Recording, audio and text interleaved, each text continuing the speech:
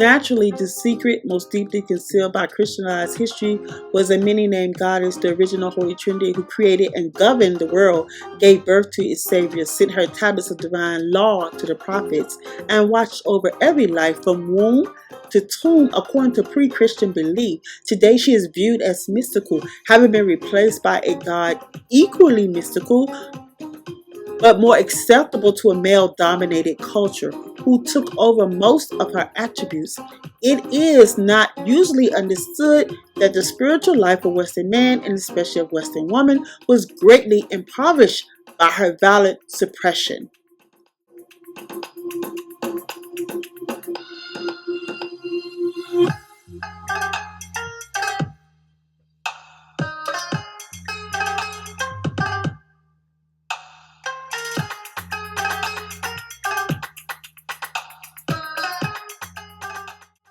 Blood is life, blood is birth, blood is sacrifice. In a woman's menstrual period, she is deity. If this woman walks into a room filled with the most powerful spiritual medicines, she has the power to destroy every one of them during menstruation. During this time, the woman must stay clear of spiritual powers, or else she can render each and every one of them naught. In fact, in many cultures and societies, the men would drink the menstrual blood of high priestesses in order to gain the powers of a woman, making the man almost as powerful as the woman. The reason the power the man ingests can only reach so far is because he does not have the womb to sustain it. It has been shown that calendar consciousness developed first in women because of our natural menstrual body calendar correlated with observations of the moon's phases. Chinese women established a lunar calendar 3,000 years ago, dividing the celestial spirit into 28 stellar mansions through which the moon passed. Among the Maya of Central America, every woman knew the Great Maya calendar had first been based on her menstrual cycles. In ancient societies, both East and West, menstrual blood carried the spirit of sovereign authority because it was the medium of transmission of the life of clan or tribe. Among the Ashanti, girl children are still more prized than boys because a girl is the carrier of blood. The concept is also clearly defined in India, where menstrual blood is known as the Kula flower or Kula nectar, which has an intimate connection with the life of the family. When a girl first menstruates, she is said to have borne the flower. The corresponding English word flower has a significant literal meaning of that which flows.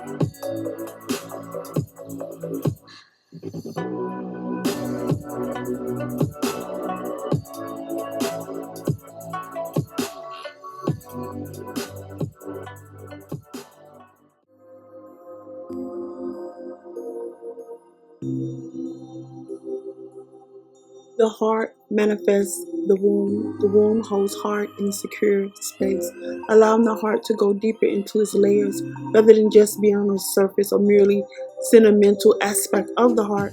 The womb holds the steadiness, the unwavering center and ground of creation, steady, still, reliable, the well of creation. With this foundation, the heart then feels safe and secure, feeling its innate and natural ground to rest on, lean, and rely upon, a place to arise from.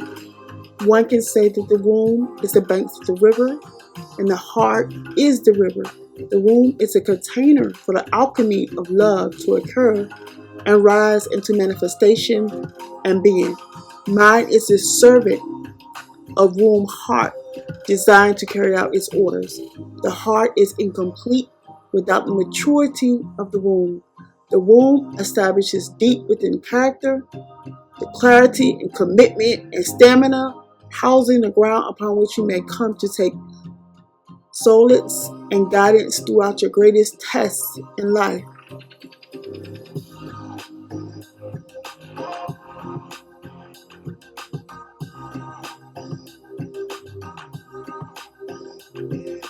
The mistake began when God was created in a male image.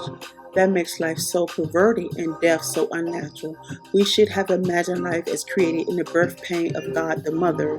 Then we will understand why we, her children, have inherent pain, for we would know that our life's rhythm beats from her great heart, torn with the agony of love and birth, and we would feel that death meant reunion with her, a passing back into her substance, blood of her blood again, piece of her piece.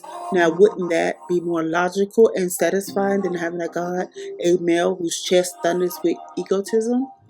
The Indians expressed the same sentiments in a less sophisticated but equally forceful song describing their goddess, the mother of songs, the mother of our whole seed for us in the beginning. She is the mother of all races of men and the mother of all tribes. She is the mother of thunder, the mother of the rivers, the mother of the trees and of all kinds of things. She is the mother of songs and dance. She is the mother of the older brother stone. She is the mother of the grain and the mother of all things. She is the mother of the dance and of all temples and the only mother we have. She is the mother of the animals, the only one, and the mother of the Milky Way. It was the mother herself who began to baptize. She gave us the limestone dish. She is the mother of the rain, the only one we have. She alone is the mother of things. She alone. And the mother has left her memory in all the temples with her sons, the saviors. She left songs and dances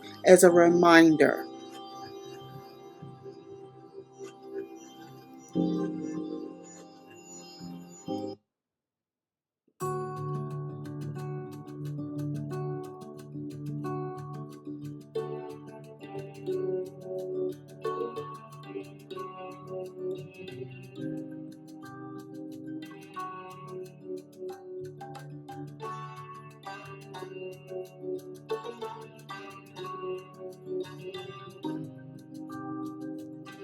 The occultists of the ancient world had a most remarkable understanding of evolution. They recognized all life as being in various stages of becoming. They believed that grains of sand was in the process of becoming human in consciousness, but not necessarily in form. That human creatures were in the process of becoming planets.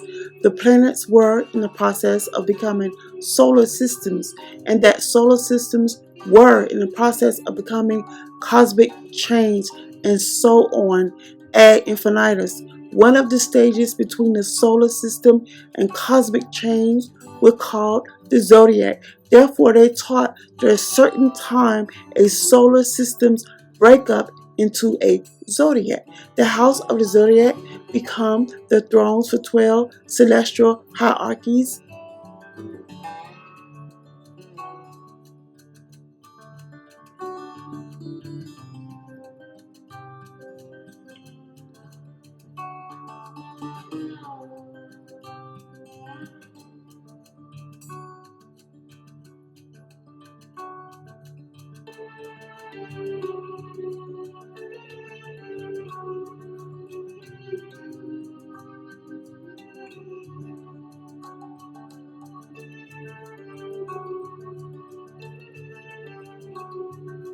A tree with its roots in the heart rises from the mirror of the understanding to burst forth in the spirit of the senses. The roots and trunk of this tree represent the divine nature of man and may be called his spirituality.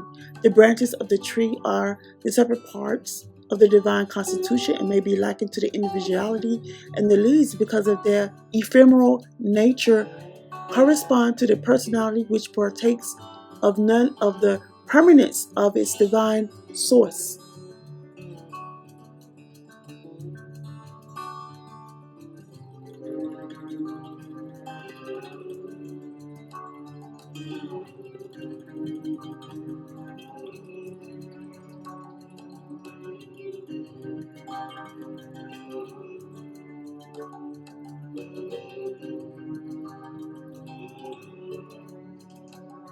Made in God's image, and as a woman, referring to God as she or as mother, serves as an important liberating reminder that I am indeed created in the image of God, not as some lesser being who exists in perpetual subordination to men, but as an expression of God's very self.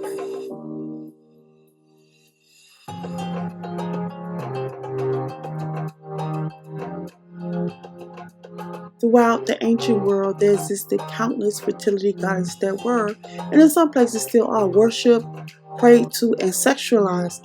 That's right, if you were born in a different time or place, you may be permitted, if not obligated, to mix the holy with the erotic. Far from being sinful, sacred sexuality has been the core practice of human ancestry.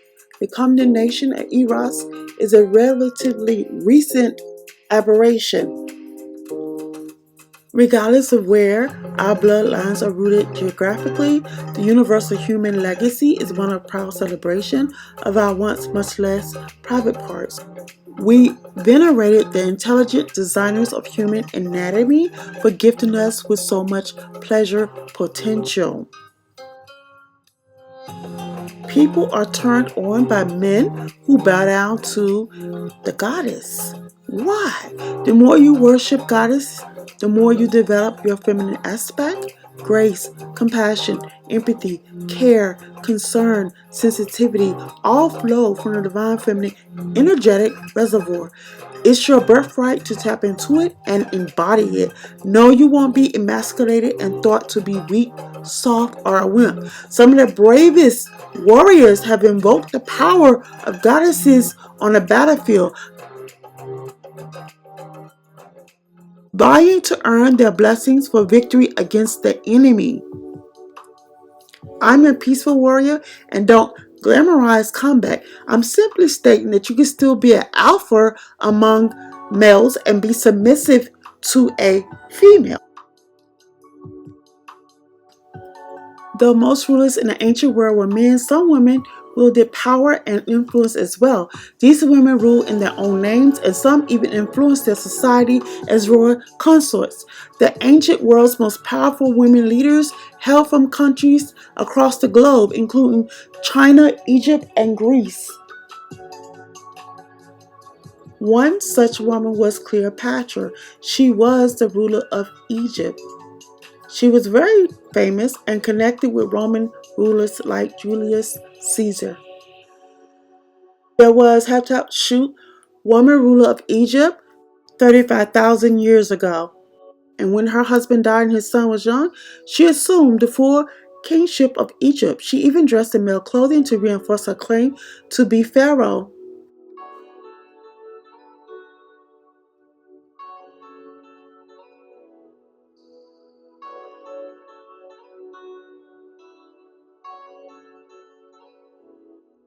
I'd like to give a shout out and send love, of course, to the divine, to my creator, to the ethers, the universe, also to the archangels, the ascended masters, and of course, my beloved ancestors who's always there for me.